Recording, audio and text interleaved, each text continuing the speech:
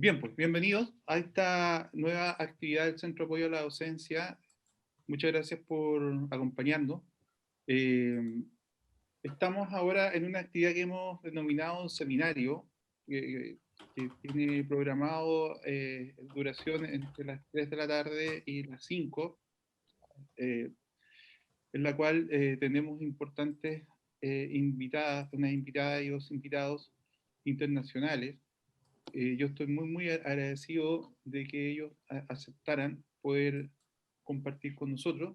Eh, Vamos a presentarlo en el mismo orden en que ellos van a hacer una breve presentación del tema en general, de la docencia, de las posibilidades de la docencia híbrida en la educación universitaria. Y, eh, y luego vamos a escucharlos para finalmente pasar a un espacio de conversación, de reflexión conjunta, preguntas, respuestas.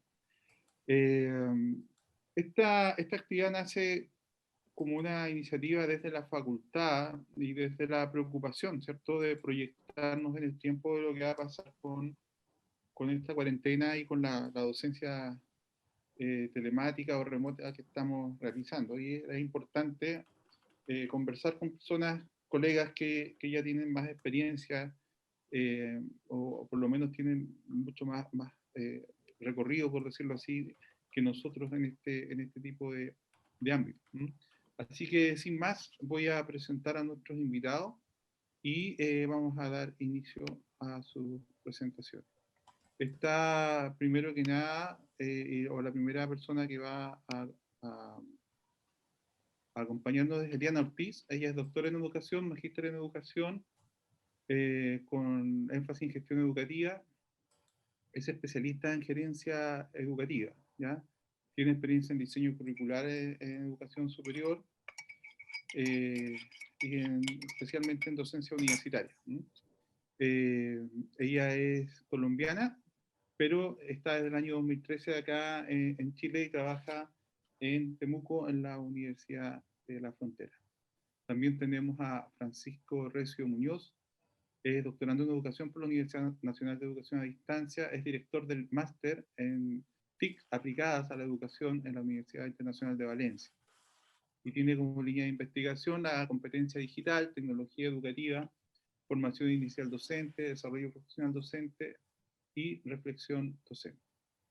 Y finalmente tenemos a Álvaro Galvis, que yo lo contacté por varios, había accedido a varios de sus artículos, son muy interesantes, profesor titular de la Universidad de los Andes, en la Facultad de Ingeniería, asesor senior de innovaciones educativas en el Centro de Innovación Tecnológica y Educación, Conecta-T de la Vicerrectoría Académica de la Universidad de los Andes, de ingeniero de sistemas y computación de la Universidad de los Andes, con maestría y doctorado en educación de adultos de la Universidad del Estado de Pensilvania. Es fundador en 1985 del Grupo de Investigación sobre Informática Educativa y de un laboratorio de investigación y desarrollo sobre informática educativa de la misma universidad y fue su director hasta el año 2000. Tiene una gran cantidad más de eh, aportes, ¿no? También ha publicado libros y artículos en revistas indexadas. Eh, bueno, como pueden ver, tenemos acá a invitados de lujo. Quiero ahora dejar la palabra a Eliana para que parta con su presentación. Después lo va a hacer eh, Rodrigo y finalmente Álvaro. Francisco, perdón, Francisco Recio. Primero Eliana, después Francisco y después Álvaro. Tienen la palabra Eliana. Muchas gracias, Mauricio. Buenas tardes para todos. Ya creo que me han presentado. Bueno, le dije a Mauricio desde un principio que con gusto acepto la invitación y quizás contarles que mi expertise es en currículo, ¿cierto? También soy profesora y he sido profesora el semestre pasado y este semestre en tiempos de pandemia, así que voy a compartir parte de esa experiencia, pero la reflexión tiene que ver un poco con la reflexión que hemos hecho desde la Dirección General de Docencia de la Universidad de la Frontera. También quiero contarles que soy nueva en la universidad, ingresé hace un año y nunca he ido físicamente a la universidad y nunca me he visto con las personas del equipo, físicamente hablando, que me parece que también es un dato interesante. Así que yo entré justo cuando la universidad estaba haciendo la evaluación de lo que había pasado el primer semestre de pandemia. Entonces hemos tenido como 3 procesos, o la universidad tuvo 3 procesos. El primero, que fue cuando el ministro de Educación dijo se cerró todo y tocó a ver qué hacemos, como entre comillas, improvisar, no quiero decirlo de una manera peyorativa. El segundo momento fue la evaluación del primer semestre y qué hacemos, y eso sucedió durante el segundo semestre. Y en diciembre fue el tercer momento donde estábamos muy ilusionados planificando todo para volver a la presencialidad. También vale la pena resaltar, yo estoy en Temuco, ¿cierto? Y si ustedes bien han visto, Temuco ha estado en cuarentena o en confinamiento casi el año y medio. O sea, nosotros no hemos estado como la región metropolitana. Yo no sé La Serena cómo ha estado, pero en realidad acá hemos tenido un par de semanas cada muchos meses. Entonces, en realidad no hemos tenido la opción de poder volver y de poder vivificar lo que nosotros habíamos planificado como esto de híbrido, entonces, o de mixto. Entonces, les voy a contar parte de la experiencia, parte de lo que está proyectado, pero nosotros no hemos podido vivenciar esto de la educación presencial en tiempos de COVID. Tengo una presentación corta, voy a poner también el cronómetro, sé que son 20 minutos, así que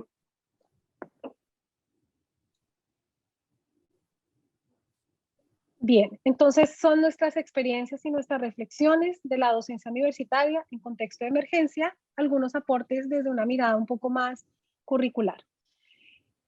Cuando yo llegué a la universidad, estábamos evaluando y la primera gran pregunta que nos hicimos como universidad o como equipo de docencia fue, bueno, ¿en cuál modalidad nosotros encajamos? Sabemos que tuvimos que hacer cambios.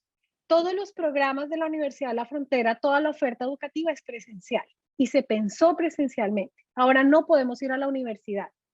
Entonces, algunas personas hablaban de educación a distancia y otros hablaban de educación virtual. Y eso generó, diría yo, un poco de falsas expectativas, tanto de la institución como de los docentes y de los estudiantes. Hubo, por ejemplo, docentes que, porque mucha gente empezó a hablar de docencia virtual, y al pensar en docencia virtual, muchos profesores estaban muy frustrados tratando de hacer materiales virtuales para poder cumplir con sus clases. Entonces, claro, la pregunta al evaluar es, bueno, ¿qué es lo que estamos ofreciendo? ¿Qué es esta figura extraña que estamos ofreciendo? No es educación presencial, no es educación a distancia, no es educación virtual. Entonces, ¿qué es?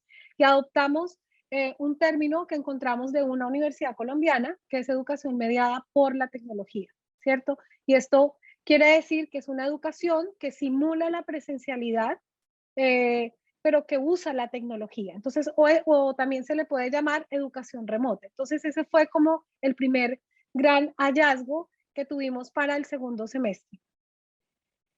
Bien, entonces la evaluación, la pregunta, nuestras expectativas siempre va a ser brindar esta formación universitaria, pero con el sello de calidad que tiene obviamente la Universidad de la Frontera y el que todos buscamos.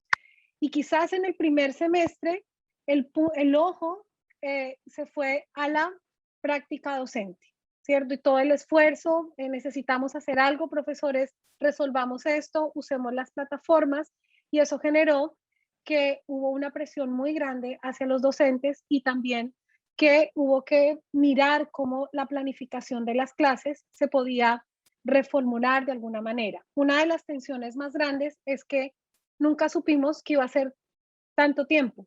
El primer semestre dijeron, bueno, esto es por este semestre. Luego fue por todo el año.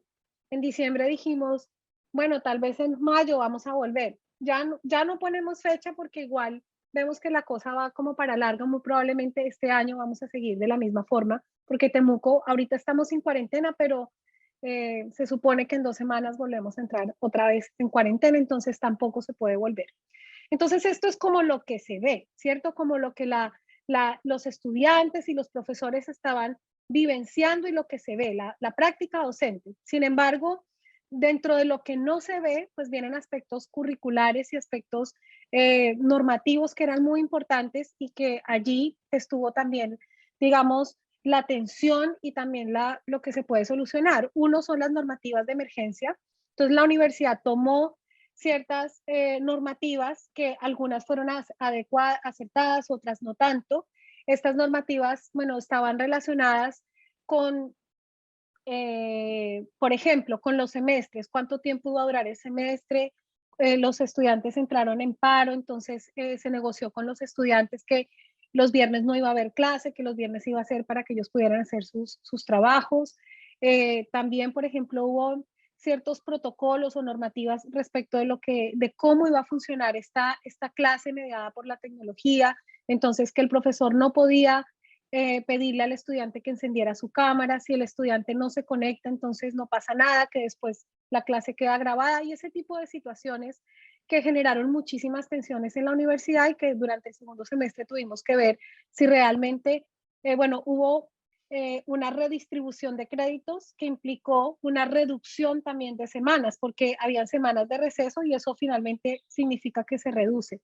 Y el semestre ya no fue de 18 semanas, sino de 16 semanas. Entonces sí hubo en el primer semestre una reducción, digamos, significativa. Además de esta normativa incluyó a lo que la universidad llamó la priorización curricular. La priorización curricular fue hacer una evaluación en el primer semestre, digamos, de asignaturas, y la pregunta era, ¿qué asignatura es posible trasladarla para el siguiente semestre? Estamos hablando del primer semestre de 2020. ¿Qué podemos trasladar al segundo semestre? Y dentro de asignaturas, sobre todo las asignaturas que requerían una práctica presencial, la pregunta era si hay resultados de aprendizaje que se pudieran trasladar, para hacerlo en otro momento. Entonces, eso se hizo el primer. Que el segundo semestre seguimos en cuarentena, entonces volvimos a la pregunta, hay que volver a hacer priorización curricular. Estamos en el tercer semestre de priorización curricular y esto nos planteó un desafío importante, y es poder sistematizar aquellas asignaturas y aquellos resultados de aprendizaje que están pendientes. También hubo asignaturas que dijeron, nosotros no vamos a priorizar, vamos a ofrecer todo, pero sí se priorizaron contenidos y se priorizaron, digamos, actividades. En ese sentido, se redujeron ciertas actividades. Todo esto que les cuento, pues implicó un trabajo colaborativo entre coordinaciones. La Dirección General de Docencia tiene varias coordinaciones, entre esas currículo, el apoyo a la docencia, la parte tecnológica. Entonces nosotros, digamos, hemos trabajado muy en equipo, pero también hay otros grupos, por ejemplo, los que hicieron el estudio de protocolos y el estudio de aforos para volver a la presencialidad. Entonces, ellos trabajaron en equipo, nosotros trabajamos en equipo, pero a veces trabajar todos los equipos juntos, pues no era tan viable porque estábamos como en tiempos diferentes. Y creo que, siendo bien críticos, en algún punto hubo mucha tensión con los docentes porque los docentes estaban necesitando respuestas para su práctica docente, y yo siento que nosotros estábamos planteando respuestas de currículo. Entonces se generó una tensión importante que se solucionó después con los profesores, porque ellos querían respuestas que nosotros no les estábamos ofreciendo en ese minuto, y que creo que tampoco hemos terminado de ofrecer las respuestas. Y en eso pues hemos estado este año y medio. Esto implicó una adaptación por parte de los docentes, eh, adaptar una nueva modalidad, una nueva forma de trabajo y una nueva forma de enseñar. Y creo que, bueno, no necesariamente los profesores mayores tuvieron la mayor resistencia, pero sí hay una resistencia hacia lo que es virtual, ¿cierto? Hay como una creencia que lo virtual no es de calidad. Entonces, también fue complejo porque hay profesores y estudiantes que tampoco tenían desarrolladas como muchas habilidades en la tecnología, y obviamente, pues, explicar cómo conectar al Zoom o al Meet o a la forma que sea, pues llevó tiempo, y en eso se invirtió bastante tiempo. Necesitamos también, hubo que darle tiempo a los estudiantes para la adaptación. Aquí en la zona donde nosotros vivimos, muchos de nuestros estudiantes vienen de zonas rurales. Entonces también hubo dificultad con la conexión. no todos los estudiantes tenían conectividad. Obviamente, si no están yendo a la universidad, pues no están viviendo en la ciudad, se fueron para el campo y eso, digamos que complejizó un poco el tema de las clases. La universidad hizo un estudio de cuántas personas tenían conectividad, dispositivos para conectarse y proveyó conectividad y dispositivos para que pudieran los estudiantes conectarse, pero igual también, obviamente, la respuesta no pudo ser inmediata y esto generó también esta tendencia. Entonces hemos estado evaluando y replanificando en un contexto de incertidumbre, porque como les contaba, pues no es tan fácil. Si supiéramos cuándo termina la pandemia, pues sería más fácil, pero pues no es así y desafortunadamente pues la región de la Araucanía ha tenido las cifras muy altas de COVID, así que no nos ha permitido volver a encontrarnos. Creo que la mayor tensión la viven las facultades de la Facultad de Salud, las carreras que necesitan tener práctica presencial para poder seguir avanzando. Es el caso de odontología, de medicina, de ginecología, y no solamente porque la respuesta está en la universidad, porque algunas carreras de nuestra facultad de medicina encontraron un permiso para poder, digamos, funcionar y poder hacer prácticas, pero resulta que los centros de práctica, por ejemplo, el hospital, que está saturado, ya dice, ya no vamos a recibir, no sé, 20 estudiantes para práctica, vamos a recibir 5, por ejemplo. Entonces eso también hace que la situación se agrave. Y la pregunta para nosotros en todo esto de las políticas y del trabajo colaborativo y del apoyo al docente ha sido, ¿cómo hacemos para que realmente podamos garantizar la calidad de educación? Y esto implica el logro del aprendizaje del estudiante, obviamente más allá de la nota, más allá. Y lo estamos viendo no desde un sentido puramente académico o puramente metodológico o puramente pedagógico, sino también como un sentido ético, ¿cierto? Porque ¿cómo como universidad podemos certificar que el aprendizaje se logró? Yo me imagino que ustedes han visto algunos memes que han salido, digamos, de ingenieros, de personal de la salud, formados en pandemia, formados virtualmente, ¿cierto? Hay como un imaginario de que no hay calidad y ese pues siempre va a ser el desafío más grande para nosotros en este tiempo. Entonces, en el segundo semestre, como les contaba, el Ministerio de Educación también pidió que las universidades declararan cuál iba a ser la modalidad y la Universidad de la Frontera se inscribió con la modalidad mixta, no híbrida, sino mixta. Eso quiere decir que va a mezclar dos cosas, ¿cierto? Lo presencial y lo virtual. Por un lado, se definió que se iba a hacer una educación presencial y que iba a ser voluntaria. Entonces, nos pidieron también a la unidad de docencia, bueno, que pensáramos cómo podía ser esa educación presencial. Nosotros encontramos 4 formas posibles para la educación presencial.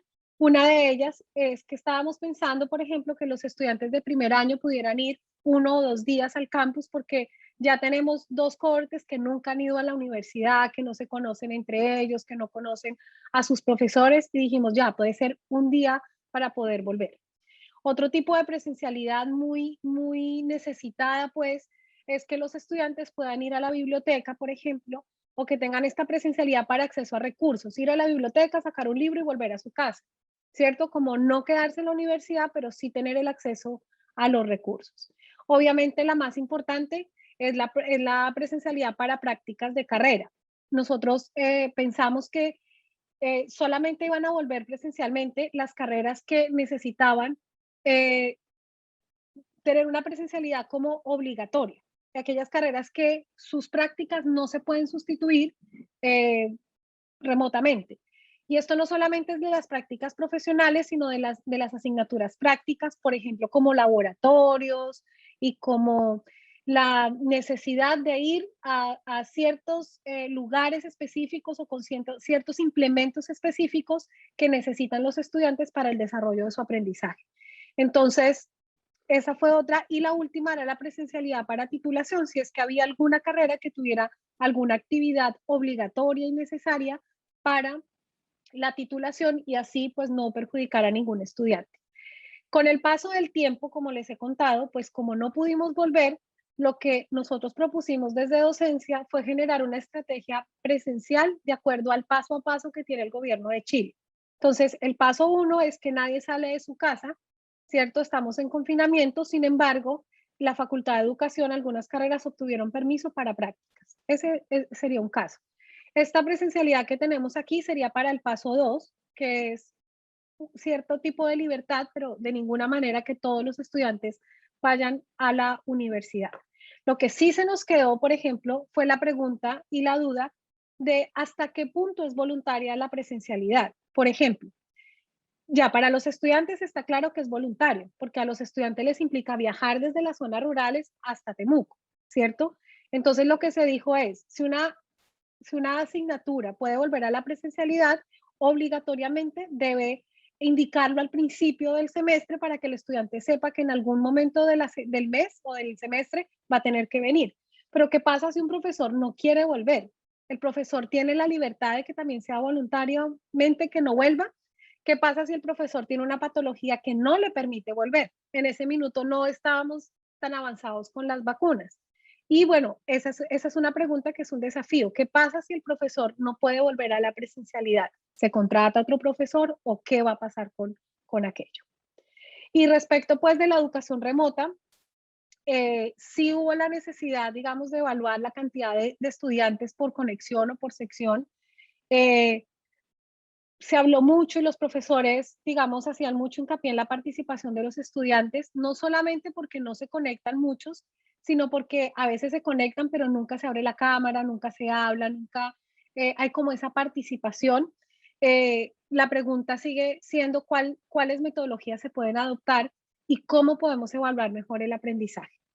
Dentro de esta reflexión, nosotros resolvimos que la presencialidad, bueno, que el acompañamiento docente iba a tener una presencialidad, digamos, real o simulada, sea que vayan a clase o no vayan a clase, pero que sí iba a contemplar un tiempo sincrónico, que iba a ser hasta el 50% de lo que está declarado en los programas en tiempo que no es de pandemia. Y el otro tiempo iba a ser asincrónico. Entonces, ahí el profesor debería pensar cómo el estudiante podría seguir con su aprendizaje y el tiempo autónomo que está asignado en los programas, pues iba a seguir siendo el tiempo autónomo. Algunas de las preguntas que nosotros nos hicimos después de esta evaluación es por las normas de etiqueta, si estas normas favorecen el proceso de aprendizaje y evaluación. Los profesores nos pidieron, por ejemplo, que no fuera una norma, que no se le pidiera al estudiante abrir la cámara y que de alguna manera, a través de la normativa, se le motivara al estudiante poder participar más activamente a la clase. Esto no tiene que ver con conectividad, tiene que ver con la participación de abrir la cámara, de hablar, de etcétera. Respecto de la priorización curricular, pues nos dimos cuenta que como esto iba avanzando y no fue un solo semestre, sino más semestres, teníamos que tener cuidado en pensar dónde se encuentra la asignatura que se va a priorizar, porque obviamente las de primer ciclo son, digamos, uno puede garantizar que hay tiempo suficiente para recuperar esa asignatura o ese resultado de aprendizaje, pero cuando están en los ciclos de la mitad para el final, pues es más complejo porque después, ¿cómo lo vamos a recuperar si esto se sigue extendiendo? Eh, También hacer una evaluación de las asignaturas teóricas y prácticas y cuáles prácticas realmente no se pueden hacer eh, remotamente, ya como para tener el catastro pues de qué es lo que necesitamos y cuánto aforo necesitamos en la universidad. Y también pues nos preguntamos por esto, ¿hasta cuándo se puede aplazar el aprendizaje? Este último punto de la titulación, yo quiero hacer la observación de que es algo muy personal, no es algo que la institución lo haya conversado, pero yo siempre lo pongo en la mesa, y es, ¿qué pasa con la titulación en estos momentos? ¿Estamos en condiciones académicas de titular a los estudiantes? Esa es una pregunta o un tema que todavía no hemos conversado o que hemos conversado muy someramente, pero que es importante conversar porque en algún punto, si seguimos como vamos, o sea, si esto se extiende más de 2 años, pues la pregunta es si debemos aplazar o no las titulaciones. Y es una pregunta que ha quedado ahí. Creo que es un tema que todavía no estamos como tan dispuestos a conversar. Rápidamente quiero contarles que a raíz de esta invitación, a través de las redes sociales que uso, hice la pregunta, ¿cómo ha sido la experiencia docente en educación mixta o en educación en pandemia? Y les quiero contar algunas de las respuestas que recibí por Facebook y por Instagram.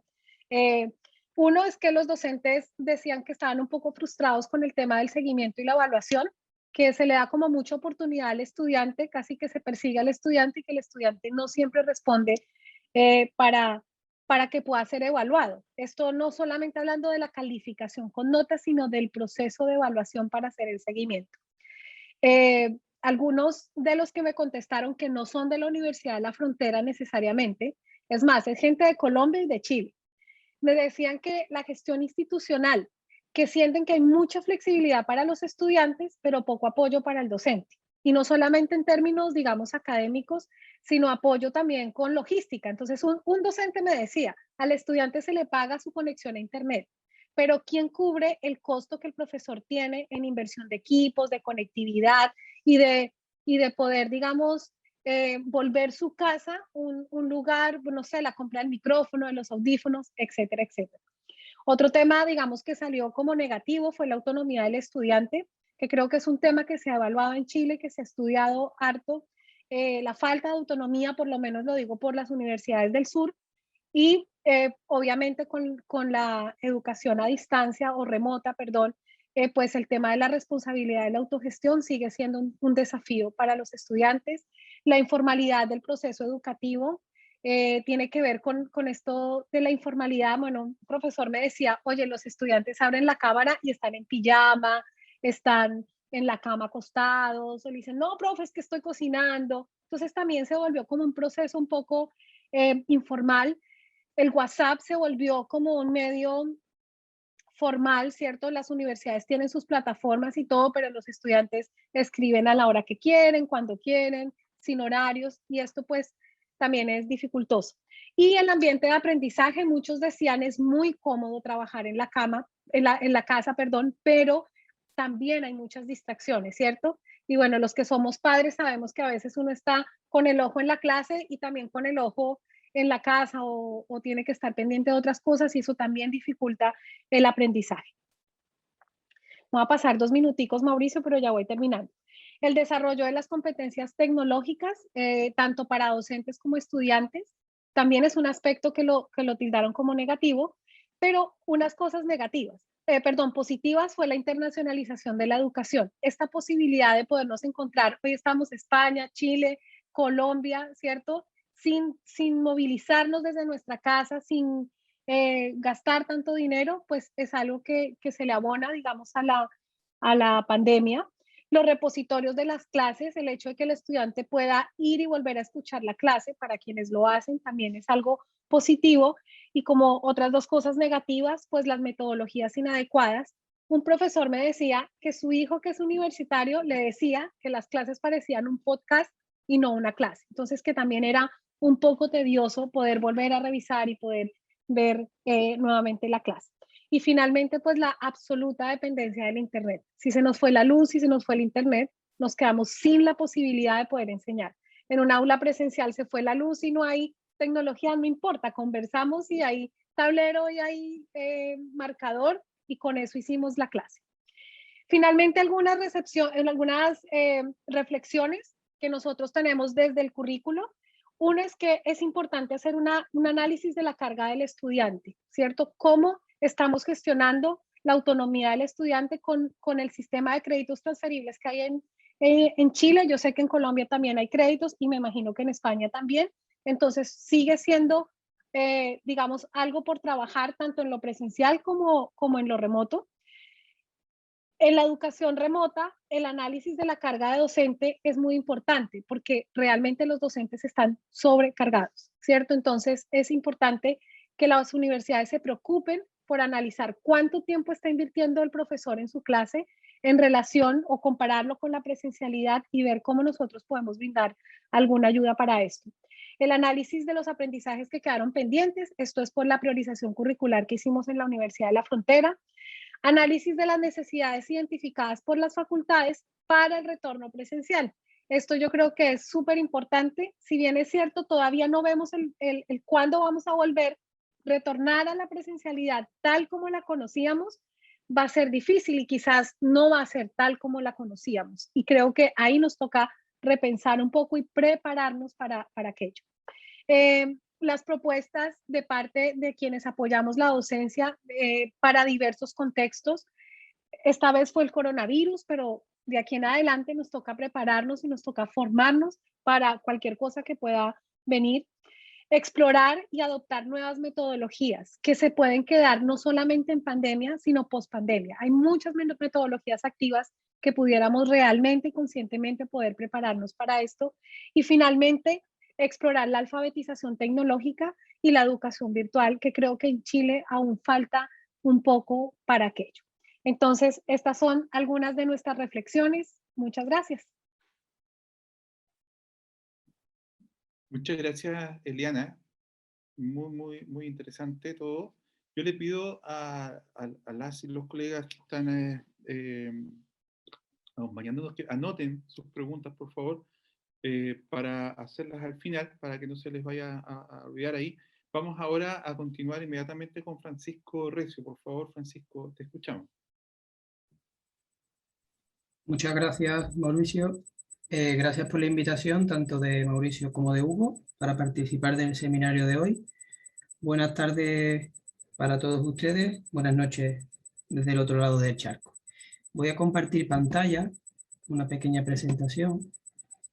A diferencia de mi colega Eliana, mi presentación no va a ser un tanto desde la práctica o desde la vivencia, va a ser un poco más reflexiva, conceptual, y en base a esa reflexión teórica, marco teórico, voy a ir lanzando pequeñas líneas que sí conectarían con la realidad propia de mi universidad y posiblemente con muchas de las preguntas que ustedes os estáis haciendo a día de hoy.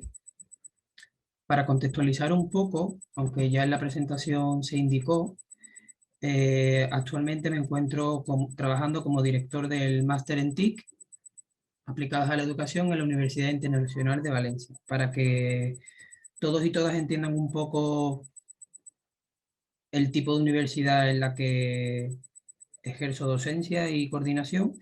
Es una universidad online, por lo tanto dista un poco de la realidad, por ejemplo, de la UFRO o de La Serena. Ahí sí distaríamos un poco de esta incertidumbre o de estos cambios profundos que hemos tenido que hacer por la crisis sanitaria. En nuestro caso no ha sido un impacto tan fuerte. Sí es cierto que hubo varios requerimientos por parte de la NECA, que es la Agencia Nacional de Acreditación aquí en España de la calidad. Sí tuvimos que hacer pequeñas adaptaciones, pero sobre todo a la parte de las prácticas. Hubieron adaptaciones COVID durante las prácticas y en este caso la reconversión que se hizo, porque hubo un tiempo, sobre todo el año pasado, que estuvimos confinados 3 meses y en muchas titulaciones coincidió con la época de prácticas, lo que se hizo fue una reconversión y en vez de hacer unas prácticas presenciales, que es la única instancia que el alumno dentro de la modalidad online sí tenía que hacer algo presencial, serán en sus prácticas, lo que se hizo fue generar un portfolio de prácticas. En este caso, ese portfolio estuvo compuesto por diferentes actividades con diferentes metodologías activas para que el alumno, esas horas que tenía que invertir anteriormente de manera práctica en un centro de trabajo de prácticas, ahora lo hiciera de manera online, ya fuera a través de simuladores, laboratorio virtual o aprendizaje basado en proyectos, etcétera, etcétera. Aparte de esta pequeña contextualización, voy a entrar un poco en el marco teórico con el que quiero hacer estas pequeñas líneas y dibujar el marco en el que actualmente nos movemos. Como todos sabréis, ya es indudable, desde hace tiempo vivimos en una época con ciertos cambios exponenciales a nivel tecnológico. Desde que hubo una irrupción de la tecnología digital en cualquier ámbito de la sociedad, pues no podemos negar que ha podido generar en ciertos puntos un proceso de innovación y un acceso y una democratización a la información. Pero si esto lo conectamos con el contexto actual y no solo es un contexto pandemia, sino que pre-pandemia ya se daba de por sí esta modernidad líquida, es decir, vivir en un entorno global, cambiante, incierto, como venía diciendo Bauman desde hace bastante tiempo, y que ahora quiere una realidad muy actual en época COVID. En este contexto que os vengo describiendo, ¿cuál va a ser las necesidades, qué flujo de adaptación va a requerir desde el punto de vista formativo? Pues si estamos ante un contexto que es incierto, caótico, global, requerirá que formemos a profesionales realmente capacitados para vivir en este tipo de contextos, hiperconectados, en un contexto global, y a su vez necesitaremos ciudadanos que sepan trabajar de manera colaborativa, tengan un pensamiento crítico, empáticos, resolutivo y que sepan aprender a aprender. ¿Qué implicará esto a nivel universitario? Pues que tengamos que reflexionar sobre el tipo de formación. En este caso estamos en un contexto de educación superior, entonces, ¿qué tipo de formación vamos a brindar para realmente capacitar a estos ciudadanos que venimos describiendo o dibujando? Al hacernos esta pregunta de qué tipo de formación, básicamente este tipo de preguntas surgen de los propios cambios en las dinámicas de los procesos de enseñanza-aprendizaje. Como bien ha ido explicando Eliana, hemos visto que ha habido un cambio en estas dinámicas de enseñanza-aprendizaje, por lo tanto supone un propio desafío para los sistemas educativos, en este caso en educación superior. Y para ello quisiera hacer un pequeño apunte en los desafíos a nivel educativo, pues lo que implicaría es de qué forma el estudiantado va a adquirir esas competencias que venimos describiendo en este contexto anterior de como venía describiendo Bauman. Y a la parte de cómo va a adquirir estas competencias, de qué manera va a participar en estos procesos de enseñanza-aprendizaje de manera real y efectiva. No estamos hablando de una reflexión teórica abstracta, sino realmente cómo va a adquirir el alumnado esas competencias para que sepa convivir en un entorno cambiante, colaborativo, reflexivo, etcétera, etcétera. Si esto lo conectamos con la labor docente, no podemos negar que para ello va a haber una ruptura, un cambio rupturista en cuanto al desarrollo profesional docente. Y si nos basamos en lo que estableció Akiba en el año 2013, ya veis que fue antes de la pandemia, esta visión rupturista que tendríamos que aplicar al desarrollo profesional docente estaría muy enfocado en cómo diseñamos, cómo aplicamos estas múltiples formas de desarrollo profesional. Ya no sería solo un desarrollo profesional para un único tipo de contexto, sino que sería distintos tipos de contextos en cuanto a los procesos de enseñanza-aprendizaje, modalidades de formación, y para ello tendríamos que buscar nuevas formas, que siguiendo a García Aretio, quiero citarlo textualmente porque me parece muy buena cita, atingente a esta nueva realidad, y esto sería muy bueno que lo tuviera en mente el profesorado en la docencia superior, que lo bueno de cualquier aprendizaje es poder disponer de él cuando la situación lo requiera. Es decir, buscar modalidades, metodologías, recursos que favorezcan este aprendizaje o esta educación en contextos, en situaciones ubicuas, ¿vale? Y para ello lo conectaríamos como el gran autor Castell venía hablando con las sociedades en red, ¿vale? Si seguimos avanzando en la presentación, encontraremos un constructo que podría encajar muy bien en todo este discurso de el tipo de situación de contexto que estamos viviendo y todas estas necesidades o estos cambios en los procesos de enseñanza-aprendizaje. Y este constructo vendría a ser el de las ecologías de aprendizaje. Muchos diréis, bueno, ¿qué significa este contexto? El concepto de ecologías del aprendizaje lo que viene a sostener es que a la hora de diseñar, planificar cualquier acción formativa, cualquier programa formativo, lo que tenemos que hacer es nutrirnos de los diferentes contextos, y por eso hablamos de ecologías, ya sean físicos o virtuales. Para a partir de la sumatoria de estos contextos, podamos crear distintas oportunidades de aprendizaje. Y cada contexto vendrá a nutrir, a favorecer, a brindar distintas actividades únicas, ya sean recursos, materiales, relaciones entre personas, interacciones, ¿vale? ¿Qué ha sucedido en esta época de pandemia? Pues que realmente nos ha venido una nueva realidad, y digo nueva realidad impuesta, después la tacho, porque realmente es una nueva realidad, pero es una realidad que se viene debatiendo, investigando desde hace muchísimo tiempo. Es decir, la necesidad de que la parte presencial o los modelos presenciales, pues que en algún momento fueran tendiendo a esta parte híbrida. Es decir, esto se viene debatiendo desde hace bastante tiempo, pero bueno, independientemente, fue una nueva realidad relativamente impuesta, porque a nivel sanitario fue impuesto, eso no lo podemos negar.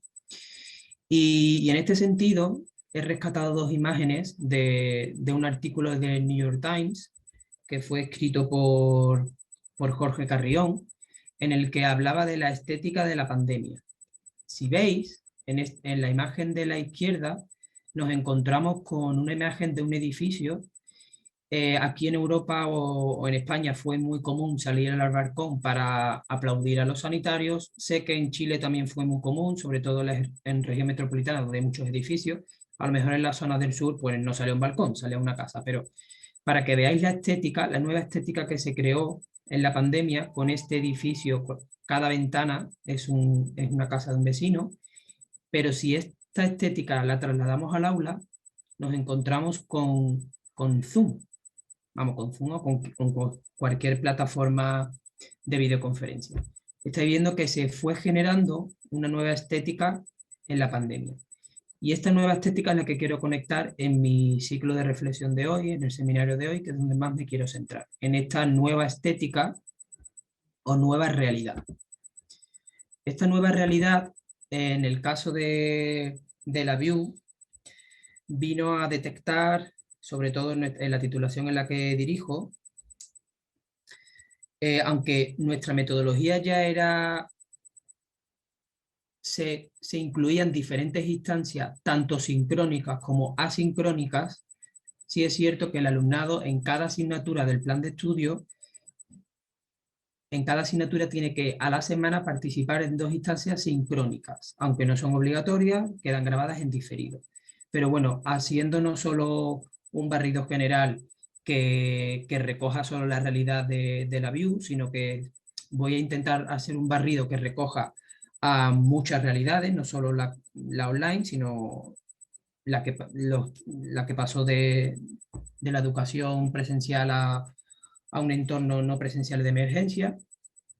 Y es que esta nueva realidad, y ya venía comentando algo por encima Eliana, esta nueva realidad ha implicado que muchas veces en esta docencia no presencial de emergencia, como ya recogió en un manuscrito y en un manual Albert Sangrá, a través de la UOC, hicieron un manual perfectísimo, haciendo recomendaciones sobre la docencia no presencial de emergencia, y también un chileno que está trabajando actualmente en el Banco Internacional del Desarrollo, que es Cristóbal Cobos. Ambos hablaban de este concepto de docencia no presencial de emergencia. Y es por esto mismo, porque fue una realidad impuesta a nivel sanitario y esta reconversión se hizo sin una planificación previa, por esto mismo, porque fue impuesto. ¿Qué ha supuesto para muchas instituciones? Que esta participación del alumno sea una participación que en muchos casos esta nueva realidad ha venido a dar lo que desde un grupo de investigación en el que lidero en la Vue es el síndrome de la cámara apagada. No me quiero quedar solo con la palabra de cámara, porque no lo quiero centrar solo en la parte técnica. Por lo tanto, en esta investigación que estamos haciendo desde la Vue, realmente lo que se buscaba, el foco principal era de qué manera podríamos ir implementando diferentes técnicas, metodologías y herramientas para que la participación del alumno realmente fuera una participación activa y empoderada. Uno de los ejemplos de implementación y mejora que hemos hecho es que al inicio de cada edición, porque la titulación en la que dirijo tiene 2 ediciones anuales, tiene una en octubre y otra en abril, son cohortes distintas, porque la titulación se realiza en un año, y al inicio de cada edición lo que se hace es, de manera colaborativa junto al alumnado, crear un decálogo de etiqueta para la participación activa y empoderada. En este caso, yo como coordinador, como soy la primera toma de contacto en la conferencia inicial con el alumnado, soy yo el que acompaño y guío esta elaboración del decálogo. Pero yo solo intervengo para acompañar. El decálogo completamente lo elabora el alumnado. Realmente está trayendo muy buenos frutos la elaboración de este decálogo por parte del alumnado, no hay nadie impuesto, entre ellos acuerdan este decálogo de etiqueta para su participación empoderada y activa, y realmente está creando sus frutos, ya no solo porque active la cámara, porque activar la cámara no implica nada, tú puedes encender tu cámara pero seguir sin participar de manera activa y empoderada. Desde el punto de vista metodológico, ¿qué os puedo decir? Que réplicas, buenas prácticas que se puedan trasladar desde la View a otro tipo de contextos. Pues nosotros usamos mucho los Media Lab, laboratorios virtuales. En determinadas especialidades, como por ejemplo medicina, se usan mucho los simuladores clínicos de manera online. No que sustituyan la presencialidad, pero sí en momentos de crisis sanitaria donde no hemos podido de manera presencial acudir a ningún lugar, pues sí ha habido estos simuladores clínicos. Y mucho trabajo colaborativo y principalmente metodologías activas. ¿Con qué conclusiones quiero cerrar mi intervención? Pues principalmente el gran desafío que tenemos las instituciones de educación superior para la integración de las tecnologías digitales. Y para ello quiero poner el foco, porque una de mis especialidades es la formación inicial docente y el desarrollo profesional docente. Quisiera poner el foco en mis conclusiones en la necesidad de la puesta en marcha de planes formativos. Y lo hablo desde el punto de vista de la formación inicial docente y desde la formación permanente. De planes formativos que realmente empoderen al profesorado, ¿vale? Para la puesta en marcha de innovaciones reales. Y cuando digo de innovaciones reales, que estén conectadas pues, con la realidad actual, tanto realidad pandemia y pospandemia. Y muy importante, para ello hablar de las ecologías de aprendizaje, que hagamos una expansión de los entornos de aprendizaje, ¿vale? Una expansión de estos entornos tanto en el área presencial como virtual. Y no nos quedemos solo en la parte instrumental, sino que esta expansión de los entornos de aprendizaje implique no solo esa parte técnica, sino que también incluyamos las interacciones tanto formales como informales. Y en estos entornos de aprendizaje os puedo comentar experiencias españolas, aunque hasta el momento se trabaja mucho a nivel de formación profesional, sí hay un interés a nivel universitario de las instituciones universitarias, si hay un interés por traerse esas buenas prácticas de lo que os voy a comentar, que hasta el momento sí es una realidad a nivel de formación profesional y las universidades cada día más están queriendo trasladar esas buenas prácticas, y es la formación dual. Por eso hablo de la expansión de los entornos de aprendizaje. La expansión dual lo que viene a hacer es que a la hora de formar a profesionales no solo intervenga en la formación la parte, un formador, un docente universitario en la parte académica, sino que también incluyamos profesionales en activos. Profesionales en activo y empresas, centros de prácticas, pero no solo en momentos puntuales de cuando hagan las prácticas, sino que sea realmente integrado desde el inicio del proceso formativo, ¿vale? Por eso una educación dual en la expansión de los entornos de aprendizaje. Y nada, para terminar el cierre de mi intervención, asumir que realmente estos entornos, tanto espacio como contexto, tenemos que tener muy en cuenta que ciertas características. Y esto la pandemia nos lo ha venido a dar de golpe, la realidad nos ha venido a dar de golpe en la cara. Que estos entornos sean realmente entornos abiertos, realmente estos entornos suelen ser difusos. Muchas veces no sabríamos diferenciar en qué entorno estaríamos. Como bien venía explicando Eliana, muchas veces no sabemos si es virtual, mediado por tecnología, a distancia, ¿vale? Pero realmente son diversidad de entornos abiertos, muchas veces difusos y amplios. Pero con lo que nos tenemos que quedar es con la parte positivo, que es que realmente nos brindan oportunidades de aprendizaje, ¿vale?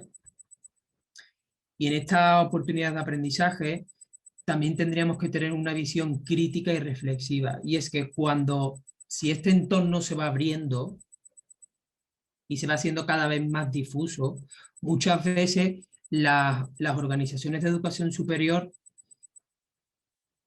puede que se pierda su rol central y que entre en juego otros actores que brinden esas mismas oportunidades de aprendizaje. Y aquí ya entramos en la necesidad de esta visión crítica de, vale, este actor que entra en el proceso formativo brindando cursos de formación, brindando experiencias de aprendizaje, ¿con qué interés entra estos actores? Por ejemplo, Google, Facebook, ¿vale? Encontramos, por ejemplo, durante la pandemia, Facebook lanzó diferentes cursos y diferentes recursos para el alumnado y para el profesorado de diferentes plataformas y diferentes recursos durante la pandemia. Entonces, también tenemos que ser críticos como educación, como instituciones de educación superior, que muy bien, expandamos estos entornos de aprendizaje, al expandirlos van a ser cada vez más difusos y abiertos, pero al difundirse y abrirse van a entrar en juego otros actores. ¿Vale? ¿Qué actores son los que van a entrar en juego? Nada, si queréis os dispongo después la presentación, aquí tenéis las referencias que he usado y espero que os haya resultado de interés mi intervención. Si tenéis alguna duda, después en la ronda final podemos abrir el espacio de reflexión colaborativa, comentarios y demás. Muchas gracias por la instancia y espero que os haya resultado de interés. Muchas gracias, Francisco. Súper, súper interesante. Como dice Francisco, como decíamos recién, por favor, anoten sus preguntas. Pueden escribirlas en el chat para al final ya ahí tener una conversación entre todos. Ahora quiero pedirle, por favor, a Álvaro que pueda iniciar su presentación. ¿Estás por ahí, Álvaro? Sí, señor. Perfecto. Muchísimas gracias, Mauricio. Es un privilegio estar aquí con ustedes y espero que lo que voy a compartir pueda complementar estas reflexiones que han presentado tanto Iliana como Francisco. Voy a irme más a lo conceptual, pensando en que no hay nada más práctico que una buena teoría. Y quizá lo que quisiera es plantear este elemento como eje vertebrador de la presentación. ¿Cuáles son los retos al enseñar en modalidad híbrida? Y habría que ver qué quiere decir eso de transformadora, qué quiere decir eso de multidimensional.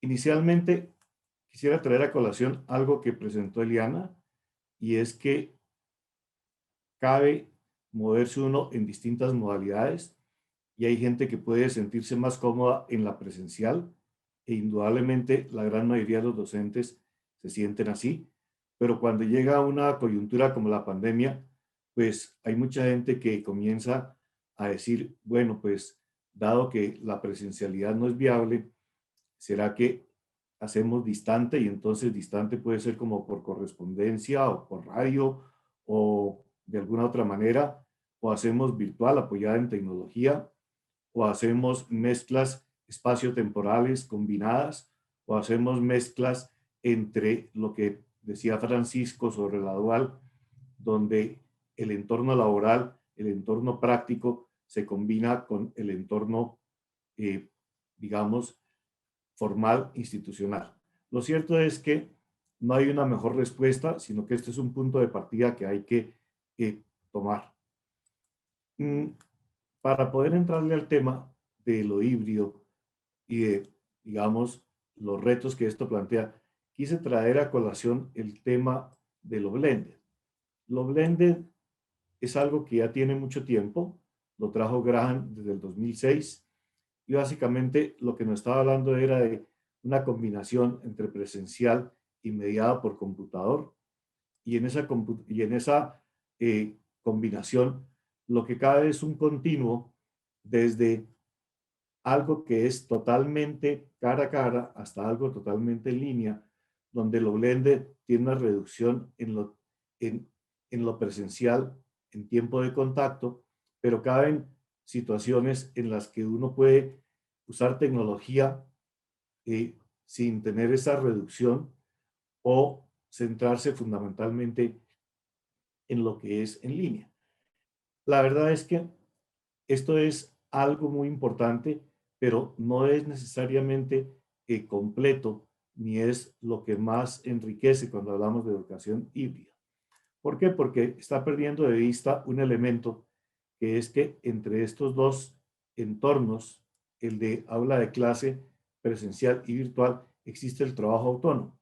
Y ahí es donde se formula esta idea de que el ambiente híbrido recoge y crea un continuo entre lo que son espacios totalmente presenciales y totalmente virtuales.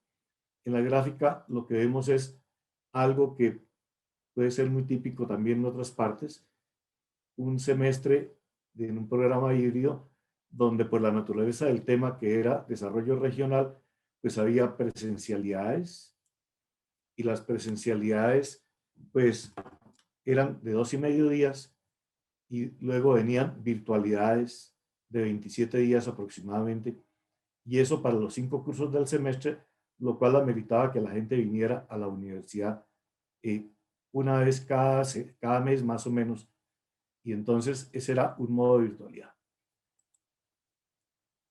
Digamos que desde el punto de vista normativo, esto llevó a que hubiera quien se preguntara cuáles son los límites de cada uno de estos modos o modalidades. Y básicamente lo que se tiene es en los extremos, sin nada, sin lo virtual, aquí más del 80% virtual, entre el 1 y el 29% lo llaman ambiente presencial enriquecido con tecnología, entre el 30 y el 79% de actividades en la red, ambiente híbrido de aprendizaje, y más allá de eso, ambientes virtuales de aprendizaje. Básicamente, lo que estamos viendo es que los AHA son mucho más que los APAS y los ABAS, es decir, no es simplemente ponerle virtualidad a algo presencial para que dé ambiente híbrido, sino que eso requiere muchas otras dimensiones, que es a lo que me voy a referir en lo que continúa. Para poder vivir esto, quisiera hacer un breve sondeo y entonces pedirles que vayan a menti.com y con el código 1410-6295 respondan esta pregunta. ¿Qué tan familiar es usted con esto de los ambientes híbridos? Y voy a trasladarme a ese entorno. Con eso podemos ver cuáles son las respuestas que tenemos. Ustedes cuando vayan allá van a tener algo como esto, donde usted puede escoger entre las 4 respuestas: o soy un experto en diseño de esto, o estoy familiarizado, o no estoy seguro del concepto, o me gustaría saber. Y viendo que son 20 y algo personas que tenemos conectadas, yo esperaría que en este tengamos por lo menos la mitad de las respuestas. Si ustedes van a menti.com y usan el código 1410-6295. Entonces, ya tenemos una respuesta.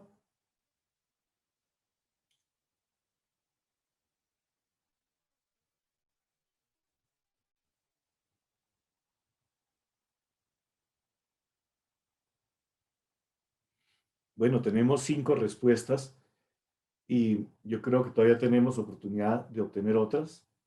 Tenemos 24 personas en línea.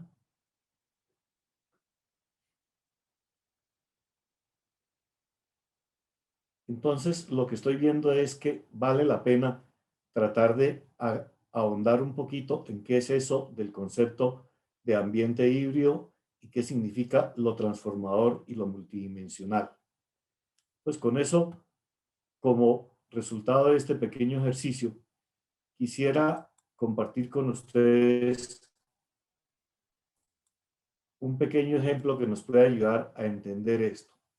Este es un curso de 8 semanas que toman todos los estudiantes del ciclo básico andino.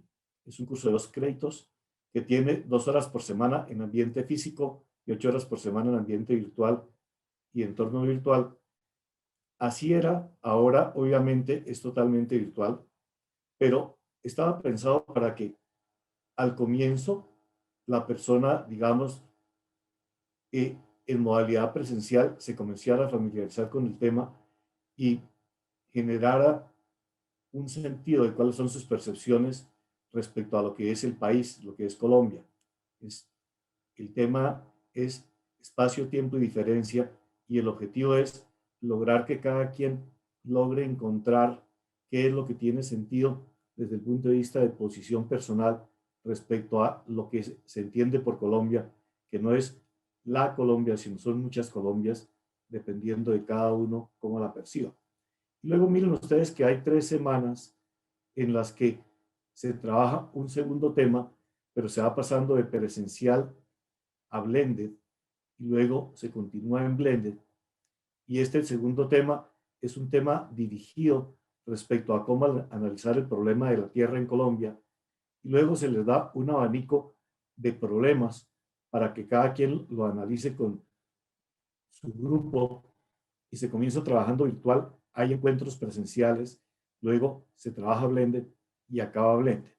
Entonces, este es un curso interesante porque nos permite ver que en lo que estamos, pues, por un lado, hay distintos tipos de medios.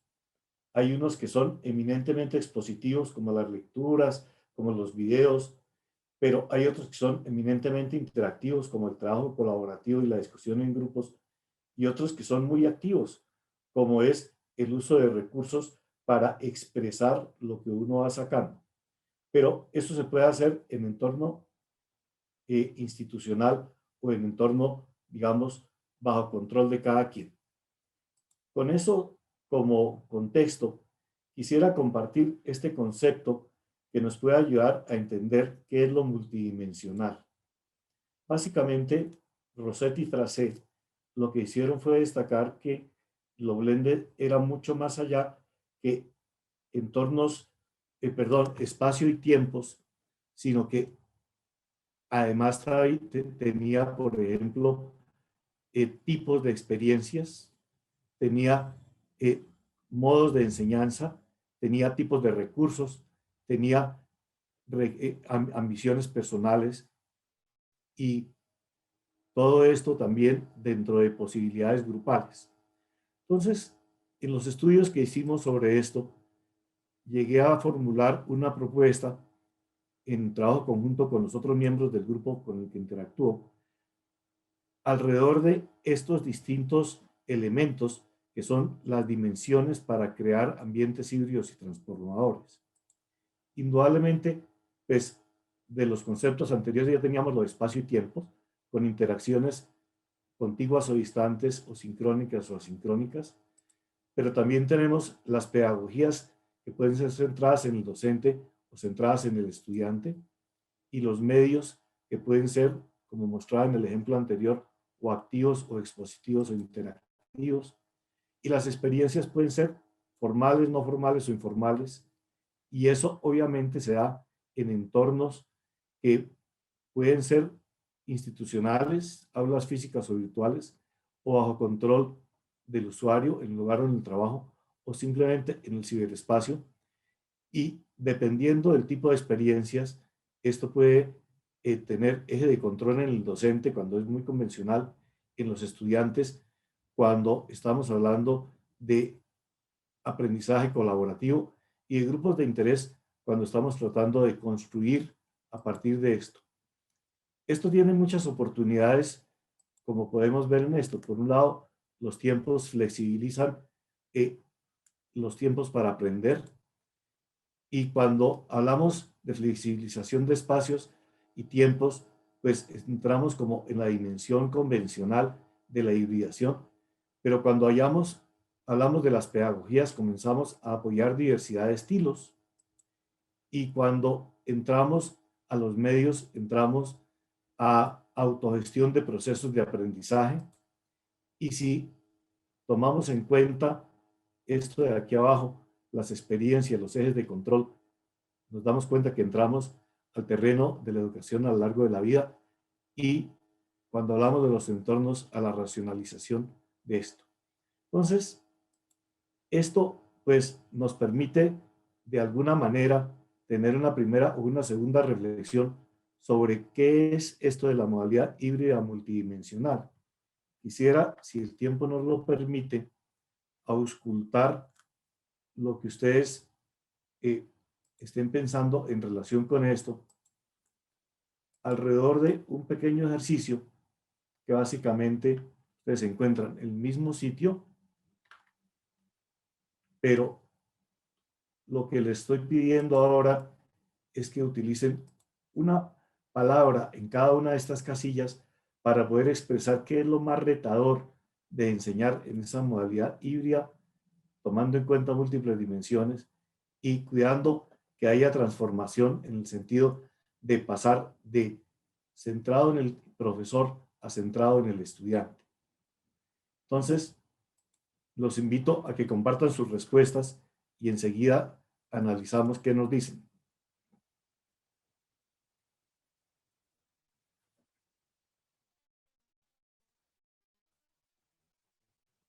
El número es 1410-6295 y la dirección es la misma, menti.com.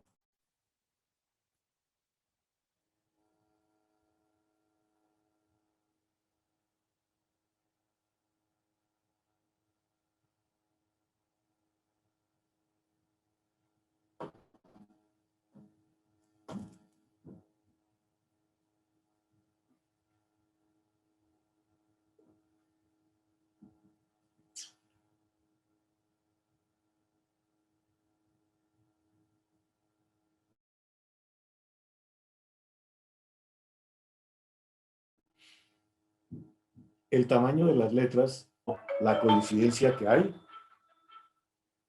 y esa coincidencia, pues hasta ahora es muy poca, en el sentido de que ustedes ven que frecuencias como lo más frecuente. Estoy teniendo problemas con mi conexión, pero espero que no se caiga.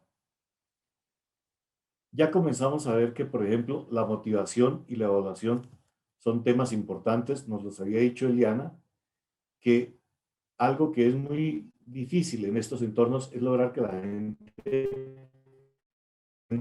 engage, que llaman los gringos, participando en experiencias que le estén agregando valor. Y por otro lado, el temor o la atención que genera la evaluación, si es sumativa solamente es más grande, pero si es formativa y sumativa, comienza a tener un balance. Verdaderamente, aquí vamos a encontrar que hay mucha afinidad de respuestas, ya tenemos 12. Yo quisiera compartirles las respuestas de algún otro grupo con el que estuve trabajando para que podamos ver cómo las experiencias de base producen una diferencia. Esto es lo que otro grupo con el que hice esta misma conferencia generó, donde coinciden en que la motivación era crítica, pero además hablaban de la flexibilidad en el sentido de que está bajo control por parte del estudiante, los espacios, los tiempos, los ritmos, los materiales, y lo que se propone en las evaluaciones. Por otro lado, la posibilidad de interactuar con otras personas también comienza a ser retadora. También les voy a compartir lo que de mi propia reflexión he considerado que pueden ser respuestas a esto. Por un lado, condiciones apropiadas. Al institucionalizar estas modalidades, hay que tener no solamente cuidado con el acceso, sino cuidar aquello que efectivamente hace que uno participe y que comience a ser parte de la comunidad académica en la que uno está. En lo educacional, yo he sentido que hacer una hibridación transformadora, es decir, pasando el eje de control del profesor al estudiante, es verdaderamente retador, porque exige repensar las concepciones, las herramientas y prácticas, hacerle acompañamiento al proceso e incluir la evaluación como parte del ciclo de vida de transformación. Y lo tecnológico es una condición necesaria, pero no suficiente. Este tipo de investigaciones exigen que la tecnología de verdad funcione y entonces hay que poner a punto los recursos, que se cuide la accesibilidad, la amigabilidad, la usabilidad, la robustez y que se puedan explorar y adecuar soluciones en la medida en que se va ganando madurez. Hasta aquí lo que yo quisiera compartir, y le había dicho a Mauricio que en la presentación mía considero una buena colección de referencias que cuando le repartan estos datos los invito a que las miren. También hay una referencia a una revista de la que yo soy editor, que es International Journal of Educational Technology in Higher Education, que tiene un Call for Papers especial sobre Blended Learning, y entonces vale la pena mirarlo. Hicimos unas investigaciones durante 3 años acerca de cómo podía haber transformaciones educacionales con tecnología, quedaron plasmadas en este libro de direccionamiento estratégico. Hicimos un resumen de casos en la Facultad de Ingeniería sobre formación en ambientes híbridos y está también disponible eso. E hicimos un análisis entre 10 universidades de Colombia acerca de qué es lo transformador cuando se hace un uso de tecnologías digitales, y eso está dentro de Reúne. Entonces, mi invitación es a que miren los acetatos y a que le saquen el jugo a lo que crean conveniente. El diálogo conmigo bien puede mediarse a través de correo electrónico, pero también cabe construir sobre lo que he planteado en mi portafolio digital que está en Academia. Y hasta aquí mi presentación. Muchas gracias, Álvaro. Muy interesante todo lo que has presentado. Yo creo que nos has dejado a todos muy motivados. Bueno, y las 3 presentaciones han estado muy aportadoras. Quiero abrir ahora la palabra para todos y todas, incluso entre los mismos invitados, digamos, podrían hacer preguntas o comentarios entre los que han sido sus presentaciones. Así que, sin más, queda abierta la palabra para hacer preguntas por el micrófono o por el chat. Yo voy a aprovechar de revisar también lo que se haya aportado por el chat. Rodrigo, también te pido que me ayudes porque a veces no es fácil ver acá la palabra.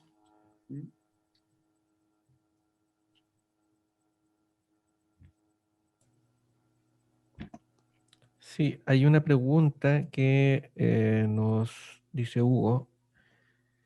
Frente a estudiantes que asisten de forma presencial y estudiantes que asisten vía remota, ¿cómo evaluamos para que no existan diferencias significativas en el nivel de exigencia y en los desempeños por demostrar en ambos grupos? La pregunta está abierta ya para los 3 ponentes.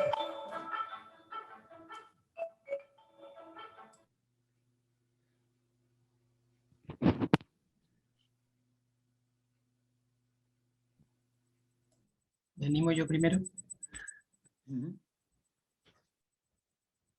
A ver, aquí no hay recetas mágicas. Sé que cada realidad es un mundo. Tampoco quiero ser muy estricto porque para mí metodológicamente no debería haber una diferencia solo por el tipo de modalidad, ¿vale? Pero sí es verdad que si estamos iniciando en ciertas instituciones de educación superior este proceso, pues sí, hay que partir de, no de ese prejuicio, pero sí hay que partir a lo mejor de esa división mental que puede haber inicialmente. Entonces, si partimos de esa base de que sí hay una división mental de, oye, para mí no es lo mismo formar en un entorno presencial, que realmente no es lo mismo, ¿vale? Entran en proceso otro tipo de mecanismos, incluso hasta psicológicos, en psicología del aprendizaje. Pero bueno, independientemente de eso, dado que son escenarios distintos, aunque sea con un mismo grupo clase, yo creo que sí debería de fomentar desde el punto de vista metodológico del docente o la docente cierta adaptación a esa evaluación. Aunque, insisto, raya para la suma y siendo un poco más categórico, creo que metodológicamente si planteamos una evaluación no tan calificadora, sino más del proceso, más formativa, más que el alumno realmente sea el centro del proceso. Yo creo que sería igual de válido para ambos tipos de igual que estés presencial o estés de manera online. Pero sí es cierto que a lo mejor en determinados casos, pues sí, puede haber una pequeña adaptación. Yo aquí tiraría mucho de portfolios, trabajo colaborativo, metodologías activas, tiraría mucho de esa parte. Gracias, Francisco. Sí, esta pregunta puede seguir abierta, pero yo quiero también introducir una pregunta. Yo no hasta antes que no llegara esta contingencia, no tenía idea de este tipo de temas. Y cuando aparece en mi mente, digamos, ya, cuando aparece en las distintas comunicaciones, esta idea de docencia híbrida o docencia mixta, empecé a buscar en internet y vi tutoriales que subían profesores, ¿no? Y lo que hacían era en el fondo enseñar cómo hacer una clase donde la mitad de los estudiantes estaban en sus casas por computador y la otra mitad estaban en la sala de clase, ¿no? He visto que mi hijo, que ya ahora está en la educación superior, han intentado hacer algunas cosas así de tipo aplicado, ¿no? Con algunos estudiantes que van a la institución y están de manera presencial, pero otros están en sus casas. O sea, la experiencia es que encuentro complejísimo y casi el profesor tiene que ser un superhéroe, además de tener mucha tecnología, porque cómo le hablas a la pantalla para que te vean los que están en la casa, los que están ahí, cómo atiendes a ambos y cómo le acceden ambos a lo mismo. Y ahora escuchándolo a ustedes me doy cuenta que no es eso lo que se entiende por educación híbrida o mixta. Y lo otro no sé si existe, si es un invento, o sea, ¿qué sentido tiene tener que habilitar un espacio en todos los sentidos y sobre todo en contexto de pandemia para hacer una clase presencial a la mitad?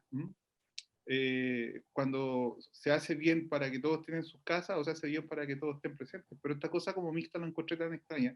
No sé si también me pueden decir si esto es un invento chileno como muchos otros o es algo que existe también. Aquí en España también se ha dado en varias instituciones. Yo creo que muchas, a lo mejor en determinados contextos donde si hay una brecha digital más fuerte, pues sí, puede aliviar que a cierto sector, para darle una respuesta rápida, pues sí. Y como a nivel sanitario tiene ciertas limitaciones en determinados momentos que te lo permita, tiene ciertas limitaciones de espacio cuando sí puedes asistir de manera presencial, pero coincido, Mauricio, yo creo que juntar peras con manzanas y para solucionar un problema generas uno distinto porque realmente tienes alumnos presencial, tienes alumnos online, pero tu metodología, ¿cuál es? Porque claro, si tienes alumnos online y estás haciendo una clase expositiva magistral, porque tienes alumnos, ¿qué estás haciendo? No estás haciendo ni una cosa ni otra, que sí es cierto que de manera presencial también pueden ser metodología activa, pero la mayoría de experiencias que yo he encontrado de ese tipo, en la que se hace esta simbiosis, normalmente al tener que atender al alumnado que está online con el que está presencial, al final se ve tan desbordado el docente que metodológicamente pierde un poco de fuelle. Entonces, a ver, es una realidad compleja y no hay una única solución. No es crítica, a ver, cada institución puede obrar de la mejor manera que entiende y que piensa que es posible. Pero yo, bajo mi punto de vista, creo que sería añadir un problema más, realmente. Gracias, Francisco. Creo que... mi perspectiva. Dale, Eliana. No, Álvaro, dale tú y luego yo. No, las mujeres primero. Muchas gracias. No, estaba pensando, digamos, un poquito en unir las dos preguntas, la de la evaluación y esto de la metodología. Y quizás el llamado urgente es que no se nos puede pasar la pandemia sin que tengamos grandes lecciones que podamos aplicar después, ¿cierto? En el tema de la evaluación, estaba preguntándome, tal como lo mencionaron Francisco y Álvaro, yo anoté acá una pregunta para mí misma, ¿por qué tenemos que siempre encasillarnos en una sola cosa?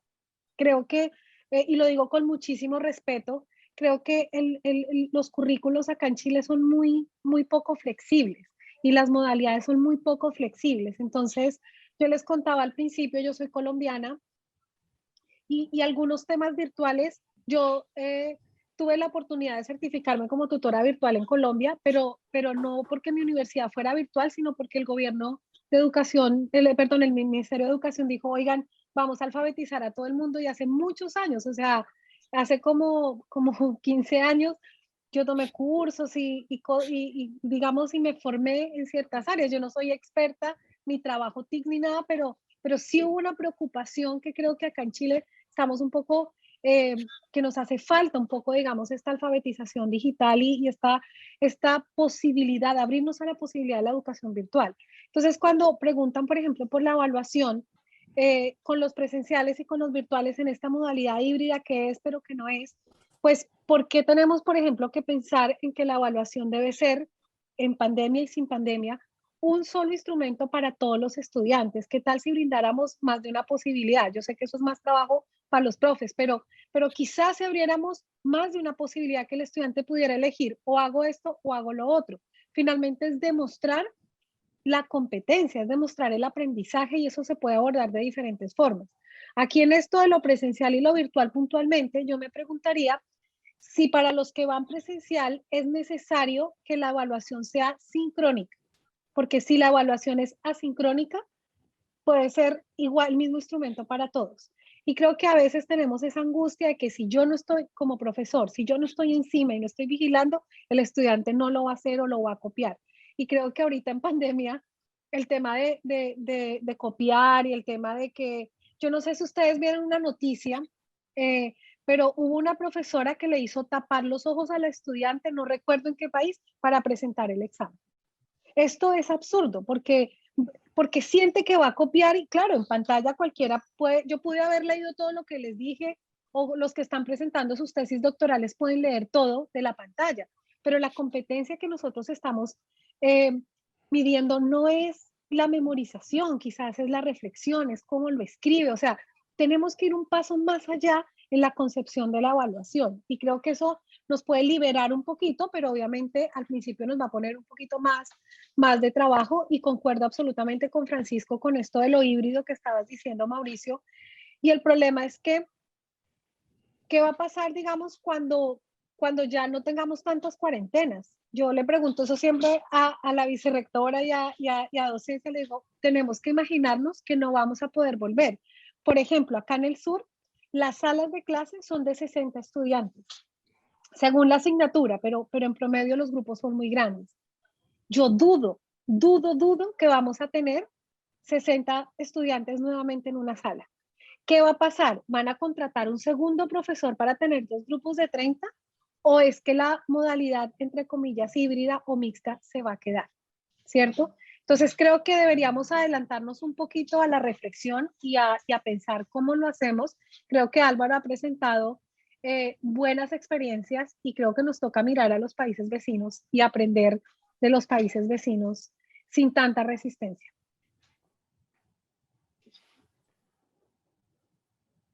Yo quisiera referirme también a las dos preguntas que han surgido, comenzando por la de Mauricio. Digamos que eso tiene nombre, Mauricio, se llama alternancia. Y la alternancia tiene dos modos de consumirse. Uno es, esta semana van unos, la mitad, y la otra semana van los otros, y siempre en el aula hay interacción de la mitad de la clase presencial y la mitad de la clase está virtual. Pero eso es una manera. La otra manera es el que quiera va al aula, el que quiera se queda en su casa y se maneja la interacción. Lo importante es que ese modelo no funciona en modo expositivo. Si uno lo que piensa es que los estudiantes se van a aguantar 2 horas de clase para cada una de las materias en modo presencial o virtual, independientemente de la modalidad, el modo no es atractivo. Es decir, al cuarto de hora yo puedo estar con la pantalla prendida y haciendo chat en paralelo y ahí me están viendo y no está pasando nada. El profesor ve que yo estoy escribiendo y piensa que estoy tomando nota, pero mentira, lo que estoy es hablando con mi vecino o haciendo cualquier otra cosa. Entonces, lo que hace diferencia es el modo. Y el modo, pues ya tiene que ver con cómo yo cautivo a mi estudiante, cómo hago que él de verdad participe, cómo hago que él genere conocimiento, lo comparta, tome parte activa en el proceso. Y eso es independiente de la modalidad. Entonces, aún en alternancia, yo tengo que cuidar el modo, pero si estoy haciéndolo totalmente presencial, también, totalmente virtual, también. Es decir, lo que es retador es lo transformador del proceso de enseñanza-aprendizaje. Lo otro es que si yo decido hacer hibridación, pues yo tengo que decidir si la hibridación la voy a hacer bajo cuál dimensión. Por ejemplo, la pregunta de evaluación, desde el punto de vista de hibridación, se puede ver en algo como lo siguiente. Decía Francisco que él se inclinaba porque hubiera proyectos, casos, entregas, aprendizaje activo. Eso está perfecto. Pero si a eso le ponemos como complemento un conjunto de sistemas autocontenidos para que la gente haga autoevaluación, estilo Khan Academy, pues no tenemos que andar cuidando que la gente apropie o no el conocimiento. Ellos lo tienen que apropiar y lo tienen que demostrar. Y lo que yo puedo decir es, usted tiene que demostrar que logró por lo menos un 80% en este test sobre conocimientos. Y eso comienza a hibridar el demostrar conocimiento con el demostrar aplicación de conocimiento, y son dos entornos distintos. Pero para hacerlo yo tengo que hacer hibridación de objetivos, porque si mis objetivos son absolutamente transmisivos, pues no puedo hacer esto. Si mis objetivos son de alto nivel, tampoco, porque para tener alto nivel yo tengo que haber pasado primero por los niveles bajos, tener los conceptos, poderlos hilar, poderlos aplicar y luego entrar a análisis, síntesis y evaluación. Entonces, la hibridación nos comienza a plantear una cantidad de retos muy grande, porque además de estas dos dimensiones de evaluación y de, digamos, enseñanza, pues comienza a ver los medios. Resulta que para que yo llegue a apropiar algo que lo voy a demostrar mediante un proyecto, el medio no puede ser, óigame 2 horas dictando clase, sino que yo tengo que proponer situaciones desequilibrantes que hagan que la persona de verdad se tome el trabajo de leerse el contenido para poder resolver ese desequilibrio y poder llegar a algo. Entonces, cuando hablaba de una hibridación multidimensional, me refería a todas estas dimensiones y lo transformador a que todo esto tiene que ser en función de lograr que la gente finalmente aprenda a aprender y tenga un motor por dentro en esto de aprender por sí mismo, de aprender en red o de aprender a partir de otros.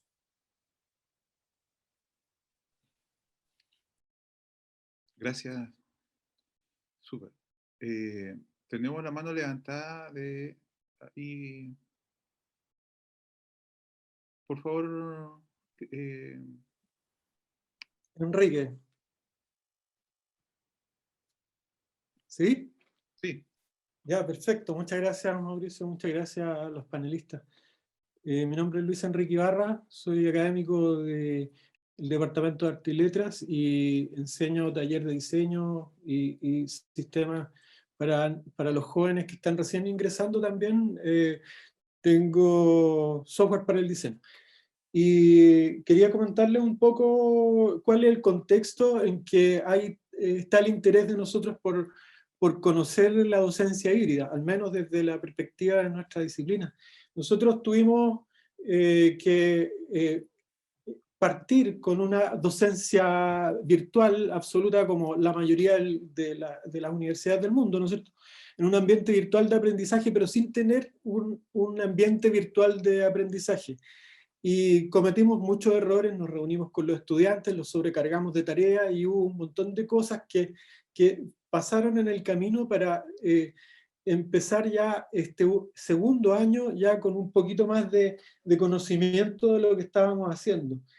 En ese sentido hay un encargo desde enero del Ministerio de Educación de Chile que plantea que es importante que se vaya a recuperar un poco la clase presencial. Y en ese contexto tener un 30% de actividades presenciales cada 2 semanas. Estábamos hablando hoy día con el profesor Wilson Vigorena, que es el director de carrera, que podríamos hacer algo porque nuestros estudiantes tuvieran actividades prácticas de tipo práctico en diseño, ¿ya? Que son tremendamente necesarias, pero que de alguna manera nosotros nos las hemos ingeniado para poder desarrollar ese trabajo. En ese sentido, nosotros trabajamos proyectos, efectivamente, y originalmente empezamos a dar tareas, y sobrecargaron los estudiantes, nos sobrecargamos nosotros. Y en ese contexto surgió una especie de paralización de actividades que nos obligó a negociar y a la autoridad le obligó a definir semanas de receso en la universidad, y estamos en una de ellas. Y lo otro que negociaban nuestros alumnos es que no les diéramos tarea, lo que afecta directamente el trabajo autónomo que tienen que desarrollar ellos. Pero nos la ingeniamos para que a partir del proyecto y de la intención de participar en ese proyecto, ellos pudieran desarrollar un poquito más la autonomía, y que con autonomía pudieran resolver el avance de acuerdo con lo que íbamos conversando durante las clases, ¿ya? Ese es más o menos el tema, el contexto, y los proyectos creo que han dado algún resultado, y bueno, yo planteo esa es mi pregunta en el fondo. ¿Qué sucede en situaciones en que tenemos que lidiar con una realidad que nos impide hacer tareas y tenemos que trabajar el estudio autónomo? Algo decía don Álvaro respecto de actividades que estuvieran a través de los sistemas, ¿no es cierto?, que pudieran ellos ir completando de acuerdo con una pauta que les demos, ¿sí? Eso es más o menos.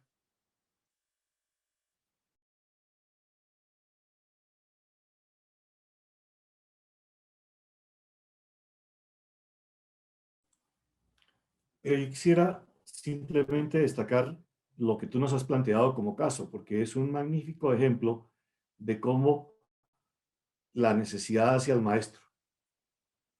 Aquí nadie nació aprendido con lo remoto. Lo remoto nos tocó de improviso asumirlo.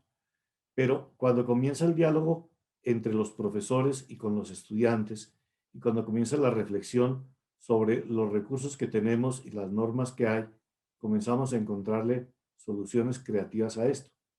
Entonces, si por norma no se pueden dar tareas, pero por norma también el estudiante tiene que aprender, pues por norma también tiene que demostrar que aprendió.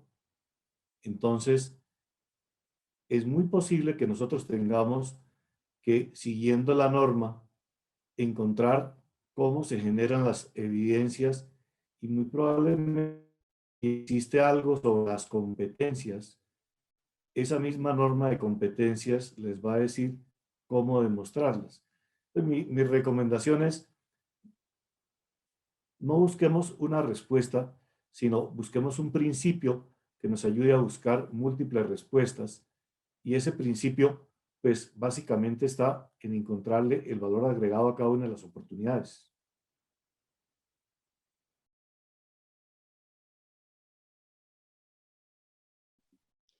Bien, Yo muchas quisiera gracias. complementar Sí, algo pequeñito y es que es una lucha que yo tengo, digamos, con los estudiantes y con la universidad y se las comparto y la pregunta es, ¿por qué? Porque no se puede pedir trabajos, o sea, sí hay que evaluar que no se exceda del tiempo, pero eh, todas las asignaturas en Chile declaran un crédito transferible, ¿cierto? Y ese crédito se compone de horas dentro del aula y de horas autónomas. ¿Por qué no podemos pedir las horas autónomas? Entonces creo que hay un poco de paternalismo también a veces en el cuidado hacia el estudiante que tenemos que superarlo y eso es un tema muy complejo y muy delicado y con muchísimo respeto también quiero decirlo, pero, pero tenemos que superar un poco eso. Entonces si le pedimos un poquito, entonces el estudiante entra a paro y nadie quiere que vaya a paro, entonces no le pidamos nada. Entonces llega un punto en que no podemos negociar ciertos mínimos, porque entonces estamos negociando la calidad de la educación. La autonomía es algo supremamente importante, la autogestión. Y yo, miren, yo tengo dos niños de colegio, uno está en educación media y el otro está en sexto, en séptimo. Y el año pasado quedé agotada porque él está estudiando virtualmente, igual que todos los niños que están en pandemia, pero todo me lo preguntaba. Mamá, ¿y el título va acá? O sea, estamos hablando de un niño de 12 años. O sea, venimos con este modelo desde el colegio. Entonces, yo le decía, no me pregunte eso, si lo pone a un lado, desde que esté el título, piense cómo lo hacen. Entonces, yo siempre le digo, vea un video en YouTube, o sea, se le ayuda al niño, pero creo que estamos supliendo ciertas cosas. Los estudiantes a veces hacen preguntas como, profesora, es que usted no dijo cómo iba la portada. Entonces, es muy difícil. Yo soy una de las profesoras que por lo general soy mal evaluada, ya por intransigente, porque, y yo siempre les digo, yo soy colombiana, yo hablo directo, voy a ser amorosa, no estoy regañando a nadie, porque también hay un tema cultural, pero es que es un tema que no podemos estar supliéndole ciertas cosas a los estudiantes, y es un tema muy delicado, pero creo que en algún punto tenemos que mediar eso y no podemos negociar. ¿Por qué no se le puede pedir a los estudiantes? Bueno, puede ser que no podamos pedirle mucha conectividad, ni videos pues extraordinarios, bueno, hay cosas que sí, ¿cierto? Pero creo que hay que revisar un tema de cómo se implementó el crédito pero por otro lado, no podemos seguir con el paternalismo de estar supliendo todo porque si no, no se va a generar el aprendizaje. Eliana, me uno a tus palabras y es una realidad que cruza el charco, ¿eh? No es solo de allí, ni de la región, es algo extendido. Y yo creo que te has ido muy bien a la raíz. Yo creo que la raíz y el origen viene desde los niveles básicos de educación, que no es algo que solo se dé en la educación superior, sino que es algo que se ha ido interiorizando tanto que no quiero decir que sea solo como en su día cuando se hablaba de los nativos digitales, no quiero hablar solo de porque es por la edad, no. Yo creo que es algo más profundo, es algo más de origen que sí que cuesta. Y la realidad, por ejemplo, en mi titulación, que estamos hablando de educación superior, pero de posgrado. En mi caso es de posgrado. Nos encontramos con la misma reticencia del alumno. Si le pides un poco más de la cuenta, ya está. Es que son muchos, es que. A ver, también entiendo, porque también soy padre y también hemos llegado a un momento en el que, sobre todo para los más pequeños, supuso ya de por sí un reto, claro, y muchas veces lo que se exigía a nivel docente eran puras fichas, hablo de educación básica, ¿vale? Fichas. Entonces llega un momento que sí, que a lo mejor se asocia en que me estás exigiendo, pero me estás exigiendo cosas que no le veo la utilidad. Y ahí también me voy con la idea de Enrique y de Álvaro. Y me gustó mucho la idea que dijo Álvaro, de más que buscar una solución, busquemos un principio. Y conectándolo con Enrique, que ese principio y esas múltiples soluciones realmente al alumnado lo encuentre útil. Porque si realmente va a ser un trabajo escrito donde vomito lo que me ha explicado previamente de manera... vale, en ese sentido no. Y también esto lo quiero conectar con lo que comenta la pregunta de Carla, que si las metodologías activas siempre son un aporte para el contexto remoto. Pues si metemos esa pregunta en esta reflexión, pues depende.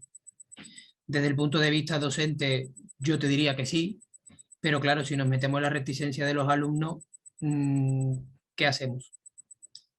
Podemos meter muchas metodologías activas que va a implicar mucha más autonomía del alumno, porque él es el centro del proceso. Entonces, yo te diría que sí, que es un aporte, pero un aporte ¿para qué perfil de alumno o para qué visión que el alumno tiene de la educación que va a recibir? Porque, por ejemplo, ustedes que provenís de entornos presenciales, ese alumno se matriculó en una universidad presencial y de repente se ha encontrado que la modalidad en la que está ahora no es la que él eligió.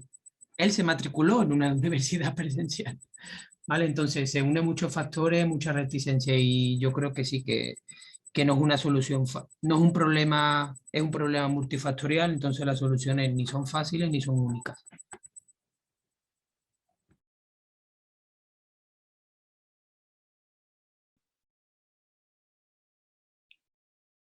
Sigue abierta la palabra. Hay una otra pregunta en el chat que dice: a juicio de ustedes, ¿cuáles son las acciones inmediatas que se deberían implementar para mejorar el proceso de educación híbrida? Que si alguien la quisiera abordar o si quieren hacer más preguntas. Alguien levantó la mano, ¿no? Mauricio, yo lo quiero abordar y así dejo de meter tanto la palabra mía. Ya con esto cierro mi turno de hablar y dejo el resto. Javi, yo creo que Eliana empezó muy bien con todas las medidas que ha implementado su universidad, con toda la experiencia y el último que terminó Alejandro también lo ha retomado mucho. Yo creo que, y me estoy yendo al origen, no a día de hoy, ¿vale? Me estoy yendo al origen de cuando empezó todo esto. Y por eso se acuñó el concepto de docencia no presencial de emergencia y fue de emergencia por eso mismo, porque fue una respuesta urgente. Venga, resolvamos este problema ya. Ya no estamos en ese punto. Entonces, yo desde qué punto partiría, y Eliana lo habló muy bien y Álvaro también. Yo principalmente, si no se ha empezado por ahí, lo retomaré y empezaría por ahí. Y sería el punto de el modelo. ¿Cuál es el modelo? ¿Cuál es la visión que le vamos a dar a todo esto que vamos a ofrecer al alumno? Si tú no tienes claro cuál es tu modelo, cuál es tu punto de partida, te vas a poner a lanzar líneas como loco y al final no estás dando ni una cosa ni otra. Entonces yo partiría más bien por el modelo pedagógico, el modelo tecnopedagógico y el modelo educativo en sí. Y una vez que tengamos claro, pues a partir de ahí ya vas, sobre ese cimiento vas creando pues las columnas y la casa completa.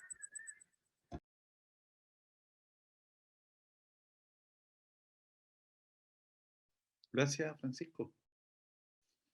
Por favor, todavía tenemos unos minutitos como para alguna pregunta más o algún comentario final si alguien quiere hacer, ¿no? Sumándome a lo que dice Francisco sobre opciones, bueno, yo les conté, digamos, lo que ha hecho la universidad y más bien las preguntas que tenemos que todavía no hemos podido responder, pero yo creo que lo difícil es saber cómo va a pasar en Chile, cuándo vamos a volver a la presencialidad, ¿cierto? Yo creo que eso hace que cada vez sea como una medida a corto plazo.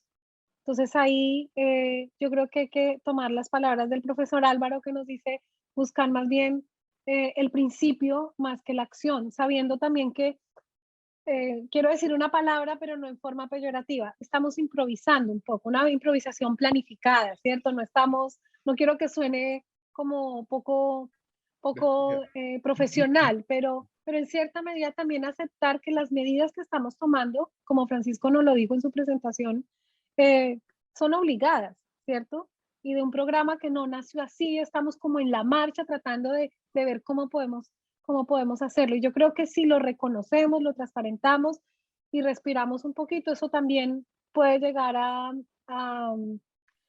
como ayudarnos a respirar y a poder pensar un poco cómo lo vamos a hacer mientras que el país resuelve, digamos, que no esté en cuarentena. Yo sé que Colombia, por ejemplo, no ha sido tan estricto el confinamiento, quizás España ya está por fuera, pero pues acá con estas medidas hace muy difícil y muy frustrante planificar todo y después que no se puede. Entonces, creo que hay que tener ese margen y bueno, para mí, yo creo que lo más complicado son los estudiantes próximos a titularse. Ese para mí es un punto que habría que pensarlo, que transparentarlo y que hay que ponerle la cara a un tema que nadie quiere ponerle la cara porque nadie quiere decir, hey, no se van a poder graduar. Ese yo creo que es un tema complejo. José Luis Córica tiene una pregunta en el chat, dice, ¿hasta dónde el problema de la hibridación está relacionado con el choque entre el requerimiento de flexibilidad de la situación actual y la rigidez de las metodologías institucionales y su sobreestructuración?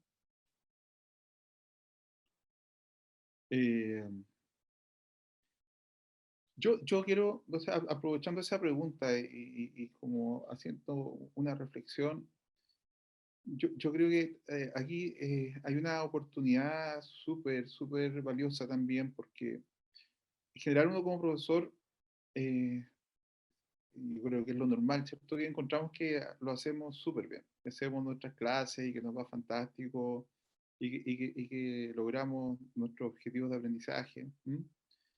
Eh, pero no, a veces por distintas razones no nos aventuramos a criticarnos o a ver si es que es tan verdad eso, si es que lo hacemos tan bien, o sea, dentro de cierto marco, ¿no? Y nuestra tradición también es una tradición muy jerárquica, muy rigurosa y como dice José Luis, muy rígida. Algo se comentó recién, ¿no? Muy estructurada y creemos que si nos salimos un poco de esos márgenes, no lo estamos haciendo bien. Vemos la flexibilidad a veces con un poquito de angustia o como una amenaza, ¿no? O como algo que se sale de lo normativo. Y yo creo que es una tremenda oportunidad para preguntarnos, o sea, nos cambia el contexto de la situación a la que estamos acostumbrados y nos quedamos bastante desnudos. Y yo creo que es bueno asumirlo y es bueno aprovechar de reflexionar si es que en realidad estamos haciendo una docencia tan buena como que creemos, ¿no? Cuando ya gran parte, o sea, cuando ya tenemos muchos teóricos y mucha investigación y tenemos muchas escuelas de pensamiento que nos dicen que hay una forma de hacer docencia tradicional que está quedando bastante obsoleta a la luz de los cambios culturales y sociales que se nos han ido sumando progresivamente, ¿no? Y esta pandemia ha venido simplemente a apretar la tuerca más fuerte nomás.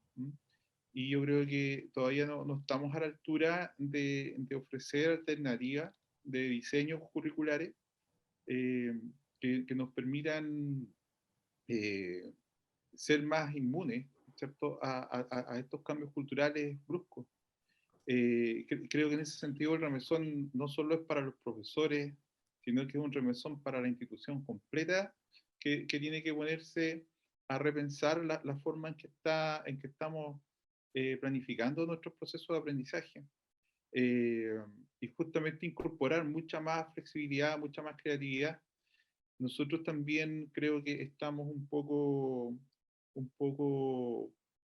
temerosos de darle más poder a los estudiantes también en este proceso, ¿no? De escucharlos más y de poder abrir la docencia y negociar un poco más. Yo creo que, no, o sea, si nosotros sabemos bien lo que estamos haciendo y si están claros los objetivos de aprendizaje, yo creo que es más ganancia que pérdida.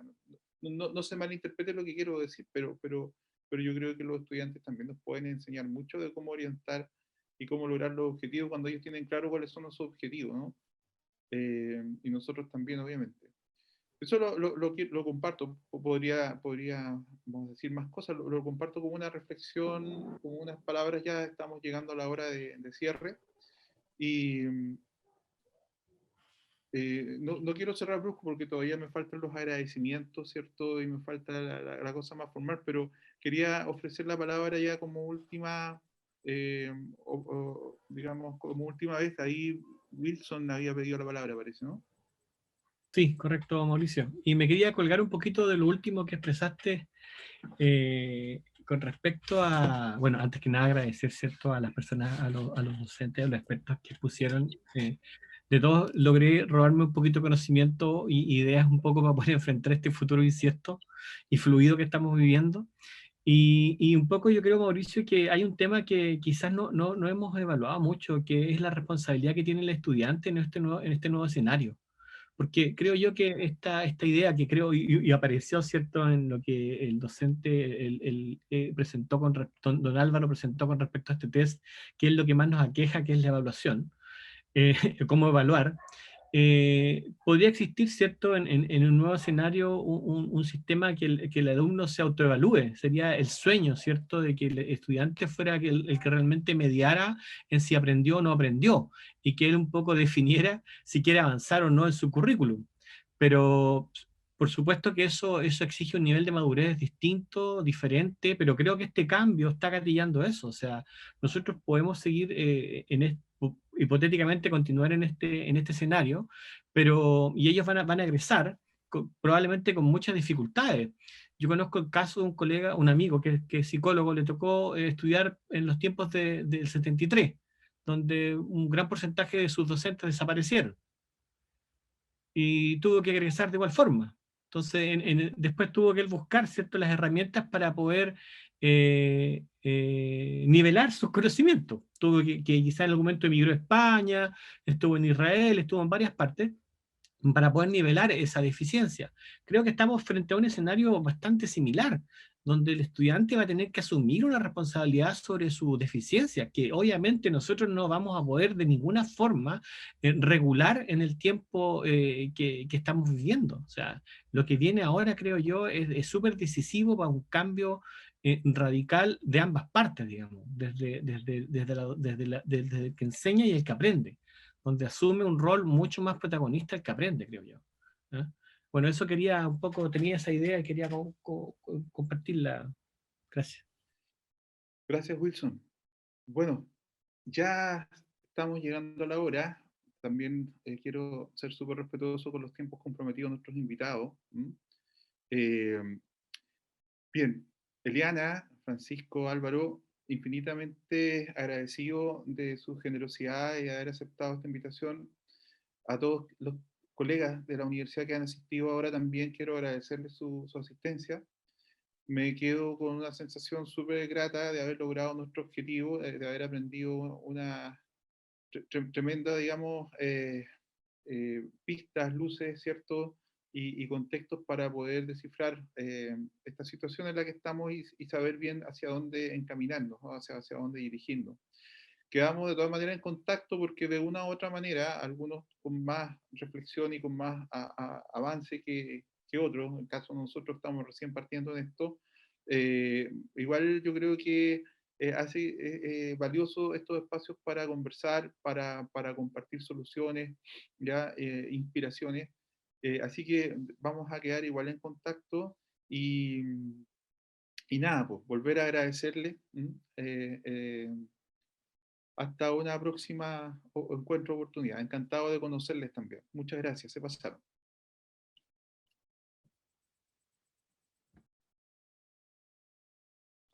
Que esté muy bien, cuídense mucho. Bueno. Gracias, gracias.